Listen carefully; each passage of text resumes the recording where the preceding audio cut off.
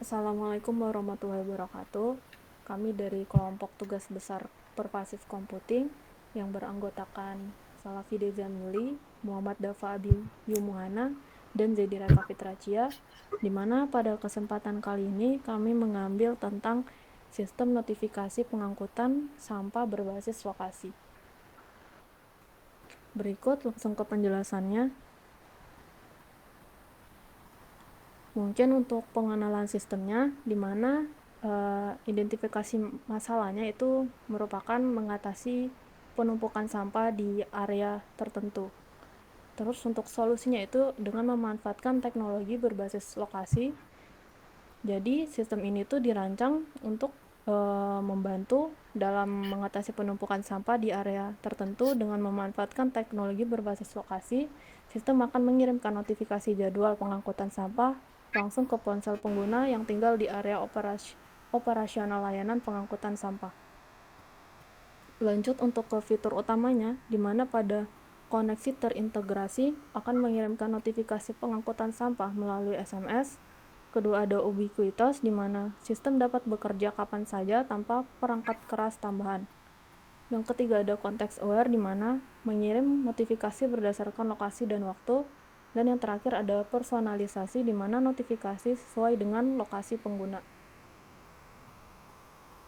Kemudian ada keunggulan sistem. Jadi keunggulan sistem itu ada 3 yang utama. Yang pertama, efisiensi waktu, di mana dapat mengurangi pekerjaan manual dalam penjadwalan sampah.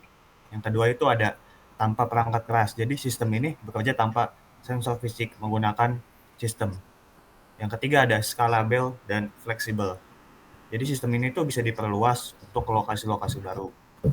Kemudian ada manfaat. Yang pertama itu meningkatkan kebersihan, di mana menghindari penumpukan sampah sebagai tujuan utamanya. Yang kedua itu meningkatkan kesadaran, di mana dapat membantu warga untuk menjaga kebersihan. Yang ketiga itu ada efisiensi operasional, di mana proses pengelolaan sampah ini lebih cepat dan otomatis. Nah, selanjutnya itu ada potensinya. Potensinya itu sistem notifikasi sampah ini bisa meningkatkan efisiensi pengangkutan sampah dengan mengotomatisasikan jadwal pengangkutan, mengurangi pekerjaan manual petugas, dan untuk mengingatkan warga setempat itu untuk tentang jadwal pengangkutan sampah melalui notifikasi. Selanjutnya itu ada desain arsitektur. Kemudian ada rancangan arsitektur daripada sistemnya sendiri. Di sini ada dua sub proses, ada manajemen dataset dengan manajemen sistem. Di manajemen dataset, di mana proses datasetnya di sini akan melakukan load terhadap datasetnya. Dataset ini bisa diinputkan oleh petugas kebersihan secara manual atau mungkin bekerja secara sistem, bisa memanfaatkan uh, dataset lokal menggunakan MySQL. Nah, dataset ini akan tersedia beberapa informasi sesuai kebutuhan sistem seperti nomor HP, nomor HP daripada pengguna, kemudian area kompleks, dan juga jadwal hari daripada pengangkutan sampah. Nah, kemudian akan dilakukan pengolahan dataset hasil pengklasifikasian data, di mana dataset yang telah diinputkan, yang telah dimasukkan akan dikelompokkan atau diklasifikasikan berdasarkan mana aja atribut atau atribut tabel masuk dalam uh, yang masuk dalam tabel sesuai dengan penjadwalan daripada pengangkutan sampahnya. Misalnya nih dalam penjadwalan pengangkutan sampah di hari Senin akan dikelompokkan dataset nomor HP, kemudian area kompleks yang akan diproses di hari Senin tersebut. Kemudian ada proses validasi data, di mana proses validasi ini dicek setelah proses klasifikasi data akan masuk di proses algoritma sistem.